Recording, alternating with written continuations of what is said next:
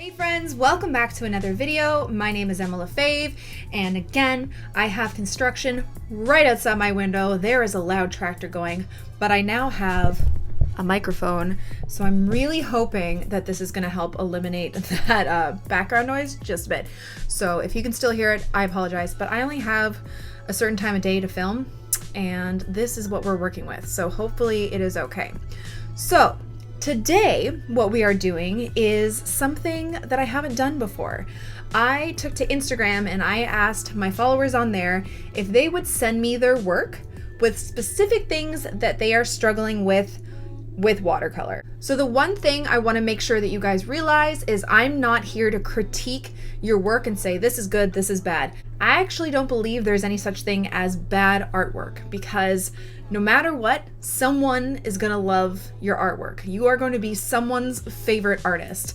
Not all of us have the same taste in art. There are artists that literally draw like circles and they sell for millions of dollars. So really, in my opinion, I don't think there's any such thing as good art or bad art. So I just want to make sure that's clear. But what I did get you to do was submit your work to me and tell me specifically in that piece what you were going for and what wasn't exactly working for you.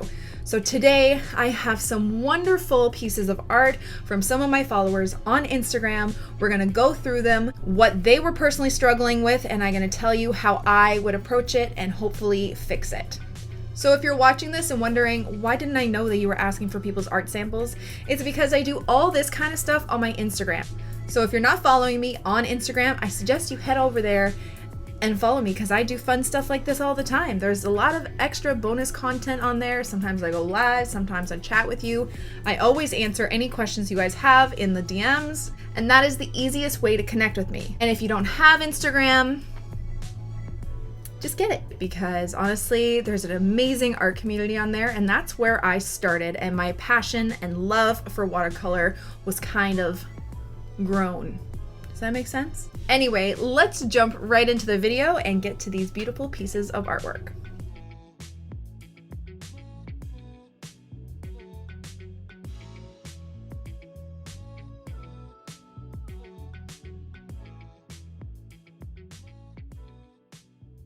Okay, so I saved all the artwork that was submitted to me to my iPad so we can discuss it. And the first one we're going to start off with are these beautiful roses done by one of the artists. And she sent me two pictures. And looking at them, I think they're beautiful. Her critique of her work and what she's struggling with personally is she finds that it looks a little bit too structured. And where I can kind of see what she's talking about are the leaves. Now, the roses I personally think are beautiful. They're perfect.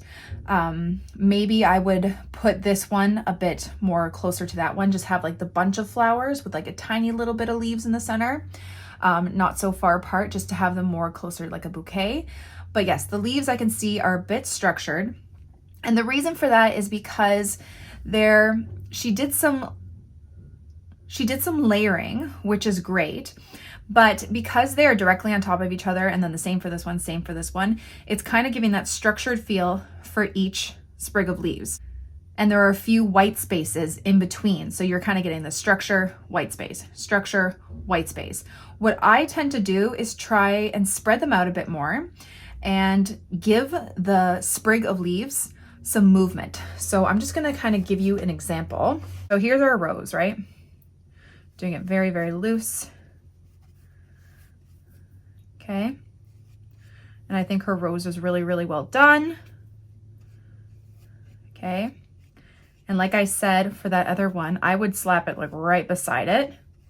Even maybe give it a different amount of color, maybe make it a little bit darker so you get a little bit of contrast in between the two. Okay, and she did 3 roses, which I always work in like 3s or 5s. I find odd numbers just work a little bit better for a bouquet. Okay, so we'll do one there and then one here. Okay, if you're trying to figure out how to do a bouquet of flowers and you don't know how to do it without, looking at a picture or following a tutorial, try and follow this kind of odd number rule just to kind of get the hang of it. So start with either 3 flowers or 5 flowers and throw in some contrast. Okay, let's put a little bit Contrast in the center there, just for fun. Okay, so here we have our flowers. Now, what she did was leaves layered on top, leaves layered on top, leaves layered on top. And if that's the look you're going for, totally cool. I love her piece. I think it's beautiful. But her concern was that it looked a bit too structured, and where I saw that was a bit with the leaves. So what I would do, I'm gonna take my blue. I love how she did a monochrome palette.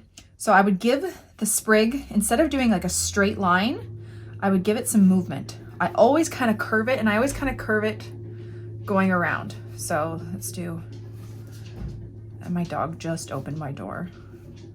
It's like, what are you doing, Mom? Oh my goodness. Okay, so there's one.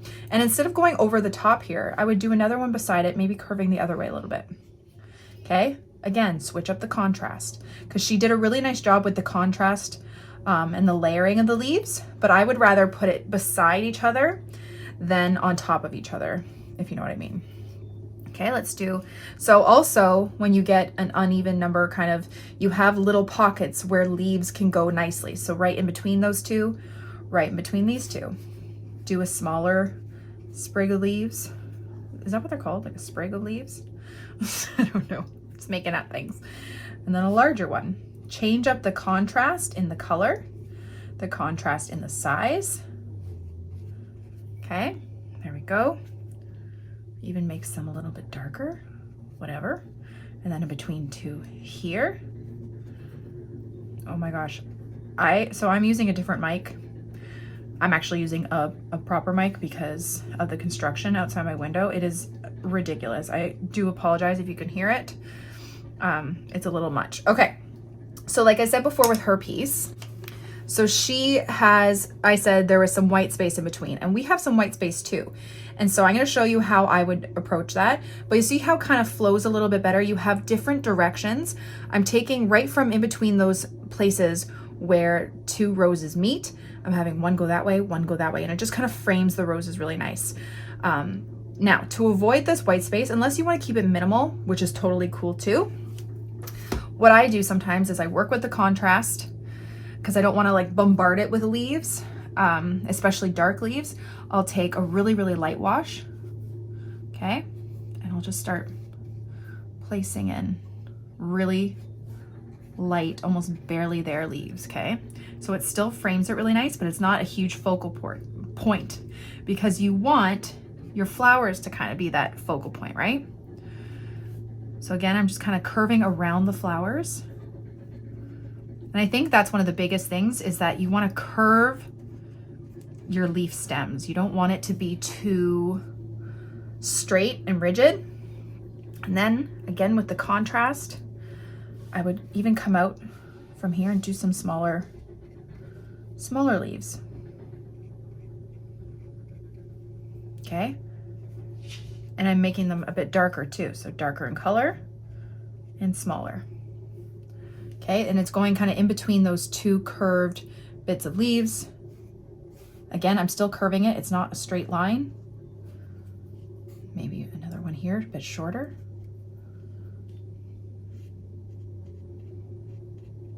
Okay, and you can do as many or as little as you'd like.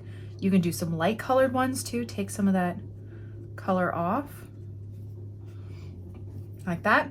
But there you go. So it just flows a bit better. Okay, so this is beautiful. Roses, she's got down pat. Even her leaf shapes, absolutely beautiful. It's just kind of structuring it in a way where it flows and has a bit more movement, okay?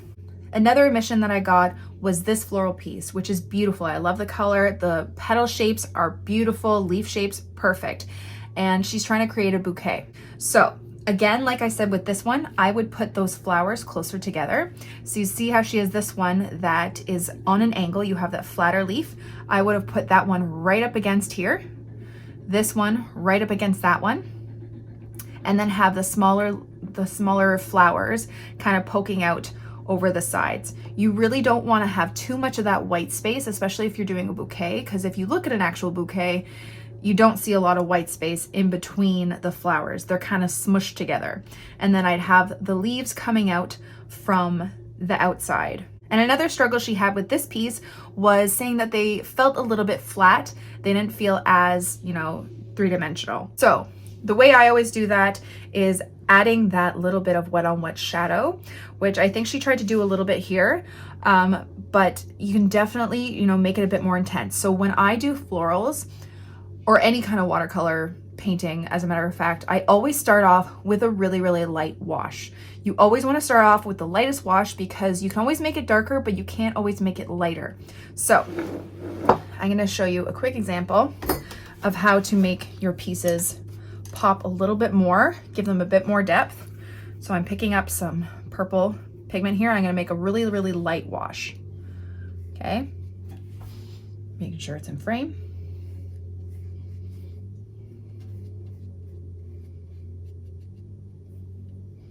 Okay, and then she had like one of the flat petals.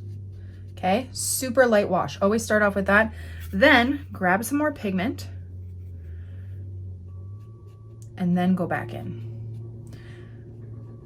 You can add it to the tip if you want to.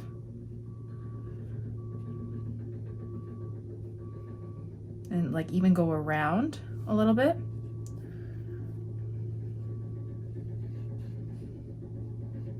Like that. Okay, I might do a little bit of lines because I see she tried to do some lines too. But starting off with a light wash will really give you some room to add those layers and add those shadows to really make it look a little bit more three-dimensional. Okay, so again, I can even go a little bit darker if I wanted to. And you want to go darker right at the center kind of, right? Because that would be where the most shadow is. The sun or the light source is touching it the least in the center. Like that. And just see how that adds depth right there. And then again, you grab your green, whatever green I have here, and then have it coming around. And always curving those leaves. You don't want a rigid leaf, okay? And again, if you're gonna do another one, push it right up against that first flower. If you're doing a bouquet, if you're doing like a little, you know, meadow or something and flowers are coming up from the grass, you don't need to put them so close together. But if you're trying to achieve a bouquet, I would put those flowers right up close to each other, have them bleed a bit, especially if you're doing loose bouquet. Couldn't find the words. Okay. Because it doesn't really matter if you get those color bleeds, and I actually really like the way that looks. And if you're going for a more realistic look, you might want to sketch out your whole process first and just have the flowers a lot closer together. Okay, so that's how you get some depth, and even like with your centers. So I would start off with like, you're doing a yellow center or something like that. It's a little wet. This could be disastrous. Hold on. Then I would grab a darker yellow, right? And just give that a little bit of a contrast, a little bit of a shadow too.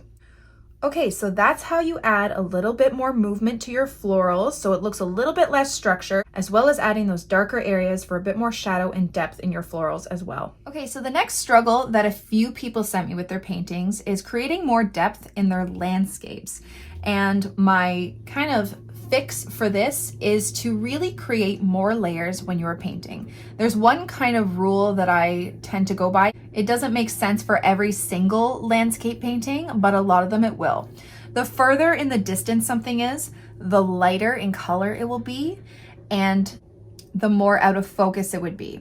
So always start in the distance. Start from light to dark, okay? And then as you start to layer on top, you're gonna get darker pigments, and you're gonna get a bit sharper images. So with this one, I would have taken maybe a couple of these trees and lightened them a bit, and then had some more trees in the foreground that would have been a bit darker and a bit sharper. So maybe even starting with the trees in the background by doing wet on wet. So they're out of focus, kind of blurry, and lighter in color. And then the closer you get to the foreground, you pull out those pigments a bit more, have them a bit more of a darker value, and really sharpen those lines so you're doing wet on dry, okay?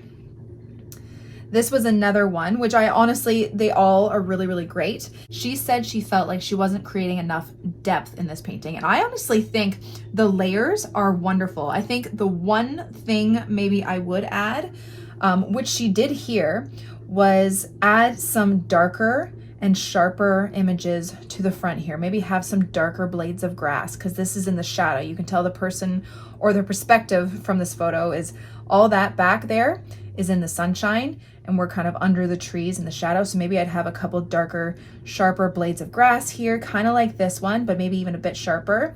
And then maybe for the stuff back here, I would have lightened the colors just a little bit. And even this kind of like dirt field, I would have had a bit of a gradual gradient from darker to lighter in the background, if that makes sense. Just the littlest tweaks while you're doing these can make all the difference to create a bit more depth, if that makes sense. But honestly, all of them so beautiful. This was another one where she was having a bit more trouble creating depth, and I think she did a beautiful, beautiful job. Like, that deer is gorgeous, and she tried to put the flowers out of focus, which are awesome. But again, if you're taking a photo, say this was a photo, the deer would be in focus, here would be blurry, but those little flowers right in front of the deer would also be in focus with the deer, and maybe some closer to the foreground. So for her, I told her maybe sharpen up these violets in the foreground, and it will really make that kind of blurry background pop out a bit more, if that makes sense. So just sharpening up these edges, doing some wet on dry, and making them pop out a little bit more to be just as in focus as the deer. But again, so beautiful. Here's two more floral pieces that someone submitted, and her struggle with it was creating more depth and contrast, especially with the shading. And especially with white flowers, I know how, troublesome it can be to really shade those white flowers, because you don't want to do it too dark, because you really want them to maintain their whiteness. And this one is absolutely beautiful. I think both of the flowers are really, really great. But the leaves, that I feel is what could add a bit more contrast and value. And again, all you'd have to do that is starting off with a much lighter wash. So when you add in those darker values, it really pops and gives it that depth.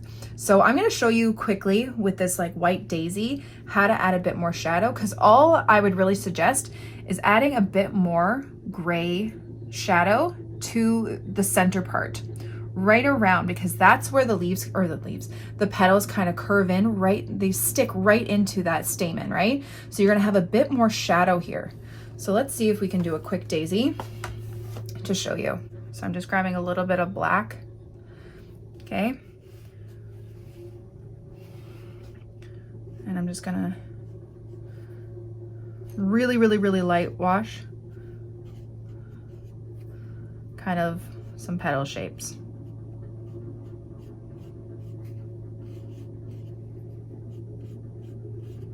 White flowers are hard. I have a couple tutorials on white florals and daisies I think I've done.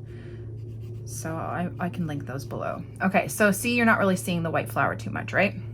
Let's add its yellow center right here. Okay, it looks pretty flat. Let's make this look 3D. This one's also on its side. It's a side view. Okay, yeah. Okay, so I'm gonna grab a bit more of that darker gray pigment, just black watered down, and I'm really going to have it coming from the center. Let it bleed a little bit.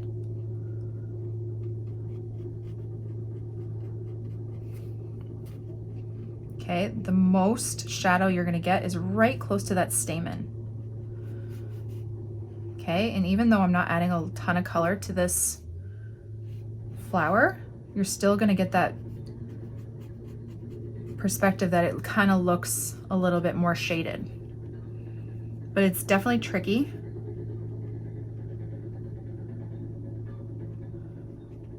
Like that. And then even with the stamen, you can do so much with the stamen, especially with the daisy, to make it look a little bit more 3D. I'm grabbing some yellow ochre now, putting it around the bottom here. Okay, then I'm even gonna grab some burnt umber, make it even darker. Okay, it's all about the shading right where they kind of meet. You can grab a bit more yellow and just do some dots just to make it look a bit more textured. Okay, like that. We'll let that dry. Let's do the leaves just so I can show you what I meant by the contrast. So I'm gonna start off with a really, really light wash. we have this leaf here, really light wash for our leaf. Then is when you can go back in and add some darker bits.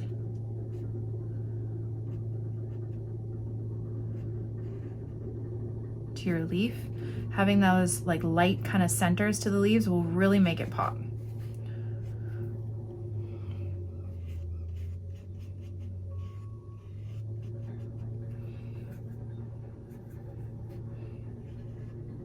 I'm going around the leaf, down the center.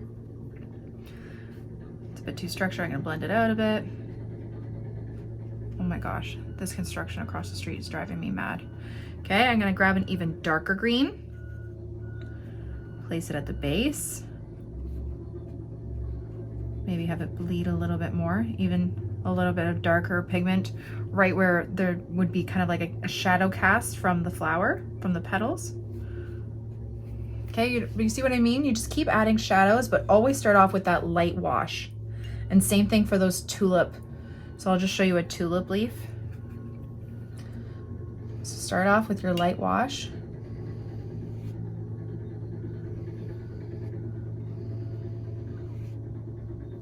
Whoops, I have a lot of water on there.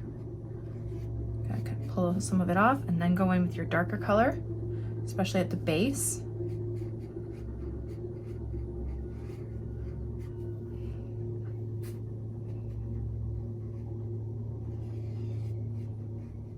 Like that, okay? And then you'd have your tulip, whatever. All right, so there's how to add a bit more depth into some more of your florals. Okay, so here's another floral painting that someone was struggling with. She was, worried about these kind of weird watermarks she was getting in some of her leaves. And also she felt like her roses were a bit too structured. So the reason why they look very structured is the amount of white space in between the petals, okay? So when we are doing roses, we really wanna make sure that we are leaving some white space because it will act a little bit as a highlight, but also have them kind of overlapping. So let's start with our little squiggle here, okay? We're doing a little squiggle like that going around. And she was doing more of a curve where these little petals were not touching, right? And you're getting all this white space there.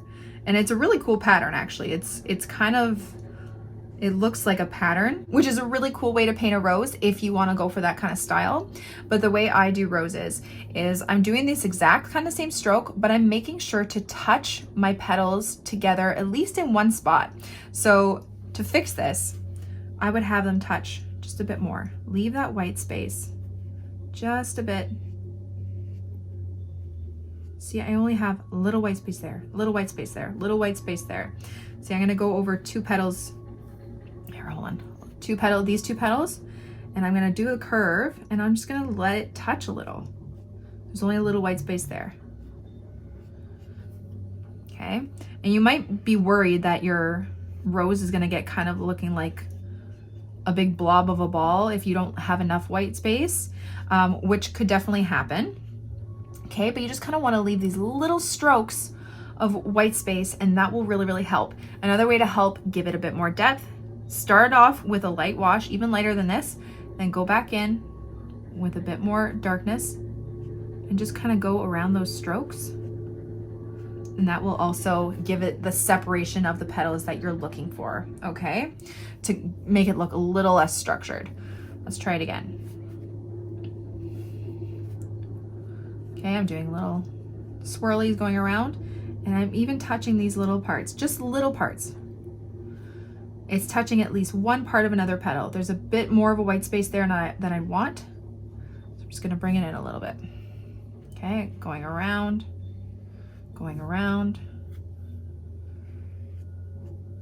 And then as the flower gets bigger, your strokes are gonna get bigger. Like that, and see how light it is?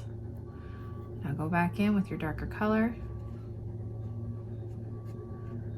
Just kind of do some little C curves going around. and that will give it that separation as well, having those darker areas. And then as for the funky marks that she was getting with her leaves, that's water control, and I'm getting some of those marks here, okay? It happens when, say, a petal or a leaf has two parts to it that are drying at different rates. So this usually happens when we try to go back in to add a bit more darker color or shadow, or we have a bit too much water and it's pooling in one area. Okay, so I'm just gonna wipe up some of the paint here, and then I'm gonna go back in with some darker green, maybe a bit too much water, and then it's gonna pool right there. So you're gonna have a lot of water here and less water here, which means it's gonna dry at a different rate, okay? This is gonna dry slower than that because there's more water here. So I think I've addressed this a bunch of times in many videos. You just wanna move that pigment around to have it all even, okay? And then when you're picking up pigment to go in a bit darker, not a lot of water on your brush, just a little bit pigment. So it actually does that kind of like bloom thing instead of like moving through a puddle. And if you're unsure, you can always tap it on your paper towel first just to see how much pigment you have. And there you go, okay? And the last one for today's video, I'm gonna talk about this. The artist was trying to do a big kind of sunset sky in the background, but she didn't like how she could see kind of like the brush strokes and the streaks from the brush. Okay, so the reason for this is I think she wasn't using a big enough brush. If you want to cover a really big surface area and kind of have it all even, you're gonna need quite a large brush. My favorite kind of brush for this is a mop brush. It's really, really big, it holds a lot of water, so you can really spend time going back and wetting up that paper and getting it all even. If I were to do, say, this whole page with this brush, it would end up looking like this because some parts would start to dry. The tip of this brush would start to create streakiness. You really want kind of like a flat wash brush or a mop brush to do a big background. If you're covering a big area with watercolor, you're gonna need a big brush. If you're covering a small area, use a small brush. So if you don't have a big enough brush to do something on a larger scale like this, I would suggest cutting down your paper to maybe half or even a quarter, because you can achieve this kind of sky gradient with a smaller brush just on a smaller piece of paper. Okay, so like not this small, but okay, because it's big enough for the area we're trying to cover. And that's what you want. See, there's no problem, no streaking here, because my brush is big enough for the area that we're working with. Now, if I had to cover this whole paper and I started working over here, this would start to dry, and then by the time those two areas got together, they wouldn't blend well together. So work with a smaller piece of paper if you're using a smaller brush, or get yourself a bigger brush for larger pieces of work. And I think that's all my tips. I did get more submissions, but I don't want to make this too long of a video. So if you guys would like to see more of these little struggles people are having and how I would go about correcting them or helping fix them, please let me know in the comments below. So yeah, like I said, if you guys would like to see more of these videos where I help you out with your watercolor struggles, let me know in the comments below and I can open up another cycle of work submissions for me to look at and help you out with. And that's about it.